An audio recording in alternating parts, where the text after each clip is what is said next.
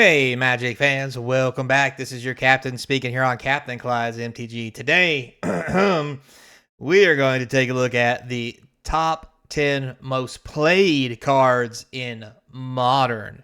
And I think some of this might surprise you, and some of it won't, in the very least. You're going to be like, yep, seeing that coming. So before we get started, don't forget, comment, like, subscribe, hit that notification bell. The comments down below will feed that YouTube algorithm. And if you want to support the channel, links are in the description. eBay, TCG Player, buy a few cards, become a YouTube member for little as $1, and help out a poor little guy with a serious addiction to opening packs. Anyway, with all that said, let's get into it and take a look at the top 10 cards that are most played in Modern. So, coming in, number 10, sneaking in there, that's right, Scalding Tarn. Believe it or not, Scalding Tarn is number 10. So, yeah. If for those of you who don't know, Scalding Tarn's around 20 bucks, maybe 25. This says near mint foil, but you know, whatever. The normal one's going for about the same price.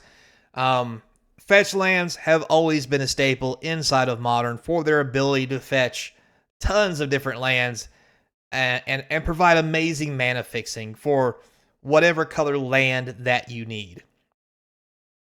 And those fetchable lands go in all shapes and sizes as long as they have the word island or whatever on it. This one in particular, island and mountain. This comes with tri-lands, shock lands, and the like, basic lands as well, and other sweet lands that are not basics, but have the actual wording of a basic land on them, as in just island. So, no shock that we have a fetch land on the list, and probably won't be the last either. So, that's number 10. Rolling up to number 9. Oh, look, speak of the devil, there is one of those lands you can fetch with a Scalding Tarn. It's an island mountain. It's Steam Vents. Seeing lots of play in red-blue, holding about a $17 value for light play. This is one of the cheaper value prices currently listed as of the filming of this video. Try to do that with all the cards to the best of my ability, so bear with me. But yeah, again, shock lands. Island Mountain taps for 2 kinds of color. If it comes into play tapped, you ain't got to pay 2 life. If you want it untap, you do got to pay a life. So shock lands may bolt you, but getting a dual land into play is so sweet. But the other great thing you can do with these is fetch at the end of your turn, put these into play taps, so you have them untapped on your turn. And just the ability to put them into play untapped in case you need them, make the 2 life well worthwhile. Coming in at number 8, it wouldn't be a Modern most played list, or list of any type, if there wasn't a lightning bolt on it, right? I mean, come on. Now, granted, this lightning bolts are not $14. The M10 ones are really hard to find in foil. But you'll see here the normal price is about $1. And to be fair, there's so many lightning bolts, you can get them as cheap as 50 cents to a quarter. But if you want some fancy ones, you can really pay out the wazoo for them. And hey, I'm here for it if you want the flashy bling bling in your deck. So, what else can you say? 1 red, 3 damage to basically anything. And it just doesn't get much better than that. Coming in at number 7. Oh, look, it's another fetch land. Yes, I know, most of the list is lands. Welcome to the world of Modern and all older formats because, well, lands are everything. So, Marsh Flats, again, this one gives you a swamp or a plains.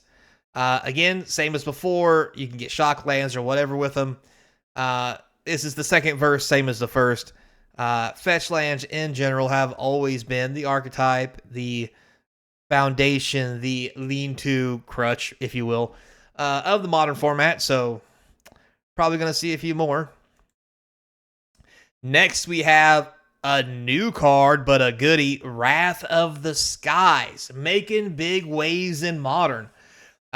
This coming in at number 6. So for those of you who don't know this card, it came out in Modern Horizons 3, and basically it's 2 white and then X. X is an amount of energy that you get, and then you can just blow things up. Plain and simple. You can see there, I'll try to pull it back a little bit for you. It says you get X energy, then you may pay an amount of energy. You don't have to pay all the energy. If you just wanted to cast this and tap out for the giggles and get 5 energy because you're playing the new energy deck, which is red, white, and blue in Modern, you can do that, which, let me remind you, is pretty busted. But let's not forget, too, this has become the new Shatterstorm, which, for you new guys, 2 red, 2 colorless, bury all artifacts for in red was for a long time a way to deal with a lot of artifact heavy decks. However, this one, it destroys each artifact, creature, and enchantment. This is Shatterstorm on steroids, and it is amazing. If you don't want energy, for 2 mana, you can destroy any artifact, creature, or enchantment, mana value 0. You may be thinking, there's not a whole lot of those. Trust me, in Modern there is. Chalice of the Void, other things, Moxes, Mox Amber, calm down. I know it's Modern. But more Moxes are getting printed every day. There's a 0 casting cost Mox for dragons coming out in Dragonstorm, in Tarkir, the new Tarkir Dragonstorm deck. Like, and for 1 mana, you can get that much. It says less than or equal to. I mean, you could literally, if you have a 2 mana guy, play this for 3 and wipe out most of the aggro decks. This thing is just amazing. And let's also not forget, there are other cards that give energy that you could use before this. So you could cast this for 2 white and use energy that's already been stored up. And literally for 2 white, board wipe for 4 energy. I don't want to get into the details here and bore you guys, but the energy deck pumps energy out like nobody's business. And this kind of board wipe where it's artifact, creature, and enchantment is just insane. And to be honest, I'm surprised this thing's only $250. Probably because it's white. But anyway. Coming in at number 5, that's right, an oldie but a goodie. It's good old Thoughtseize. 1 black, pay 2 life, take a card out of your opponent's hands. I mean, what more do you want in life? And what better way to wreck your opponent's opening hand than to just start taking stuff out of it? Has always been and will always be a major player in Modern. And I don't see how this card, like Lightning Bolt, doesn't always make a list like this. Moving on in number 4, we have a newer card, Fatal Push. When it first came on the scene, it was the bee's knees, and it still is for removal. In Modern, most things don't go higher than 4 mana cost, and this will kill anything 2 or less, which is most of the format. But then you may be thinking, well, it's kind of hard to get the 4 mana cost to go because you got to destroy something. Guess what? Fetch lands activate this, so you can fetch, get a shock land or just a regular swamp, and you can Fatal Push anything for 4 or less. So this has become one of the staple removal cards in Modern because of that, and I don't see that changing anytime soon. Next we have, oh look, it's another fetch land. Don't worry, all 5 aren't on here, or 10, so thank God for that. But Flooded Strand, white, blue, we've seen red, blue. So, pretty much the major colors have been represented here. And one of the reasons you may be thinking, well, why don't everybody just run all the fetch lands that can get any kind of color and just fetch their whole library out? Well, you got to have a balance. Because, A, you got to have lands to actually get and not draw fetch lands and not be able to use them. And B, mono red will kill you if you fetch yourself to death in a heartbeat. So the reason why the deck exists is because of how fetch happy the format of Modern is. So, yeah, be careful out there. Next, coming in at number 2. All right, so I lied. It's just 4 of the 10 fetch lands are on here. Arid Mesa is apparently very popular as well. And a lot of people are kind of wondering, are these fetch lands going to get reprinted in Tarkir? Maybe.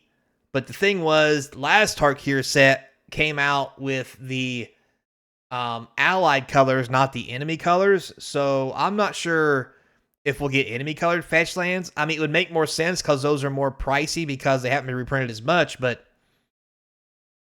we'll just have to wait and see. Um, hmm. But these are the 4 fetch lands that are going to be seen the most if you're sitting down with somebody. So it's kind of weird that Misty Rainforest wasn't in this. I guess Infects ain't doing too hot lately. Anyway, so coming in at number 1, another new card, Consigned to Memory. Now, you may be thinking to yourself, why the hell are people playing this? Well, think Stifle, and then think Stifle your entire board. So, it has Replicate 1. You can counter a triggered ability or colorless spell. First off, countering colorless spells is a big deal. Eldrazi's been very, very popular. So it stops all the Eldrazi, and if an Emrakul or an Ulamog comes out, you can, for 2 mana, the blue and the 1, you can counter the spell, which is colorless, say Ulamog, right? And then for the extra 1, you make a copy of it. You can then counter its cast ability of exiling 2 cards. So literally, it's a 2 mana counter spell that solves the Eldrazi cast problem of either you counter the Eldrazi or you stop their activated ability, both being bad if either one of them resolves. So Consigned to Memory has now become a mainstay in Modern for that reason. And let's say you're not playing against Eldrazi. That's okay. I'll just stop you from fetching all day long. Because yes, fetching is a triggered ability, and you can stop it. And since you have to sacrifice the card, it's basically blue land destruction, which is shitty on many reasons and many levels. However, this is what we're here for. So, there you have it, guys. Very interesting list. And it's very interesting to see Consigned to Memory becoming so pricey. But yeah, with all that said and done, shout out to Sawyer for being a loyal member of the channel. And as always, until next time, be kind. And I hope to see you cross from the game table. Now, who would have thought the best card would be a card that just stops triggered abilities? Come a long way. We've went from don't blow up my lands to screw you and your lands. Anyway.